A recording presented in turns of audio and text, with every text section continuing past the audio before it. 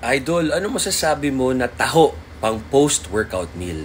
Ang masasabi ko, kung lean ka na, nakuha mo na yung goal mo, nagme-maintain ka o gusto mong lalo pang mag-gain ng muscle, magpa-bulk, magpabigat, okay na okay yung taho. May sugar siya, may fat, kasi mataas ang fat ng tofu at mataas din ang protein. Pero kung gusto mo mag-lose ng weight, dapat carbs lang or whey protein isolate or chicken breast lang. Kasi once na kumain ka na ng carbs, re-release yung insulin, marireplenish yung glycogen stores, titigil ang ketosis.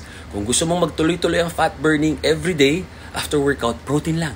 Walang fats, walang carbs. Meron naman yan trace amounts eh. Lahat ng pagkain may konting-konting fat, may konting-konting carbs. Walang pagkain na pure protein lang. Pero kung makuha natin chicken breast, pigaan mo ng kalamansi. Kalamansi is carbs, di ba? Or kung gusto mo naman kaysa kalamansi, konting-konting olive oil or macadamia nut oil. Asin pwede, black pepper, ganyan.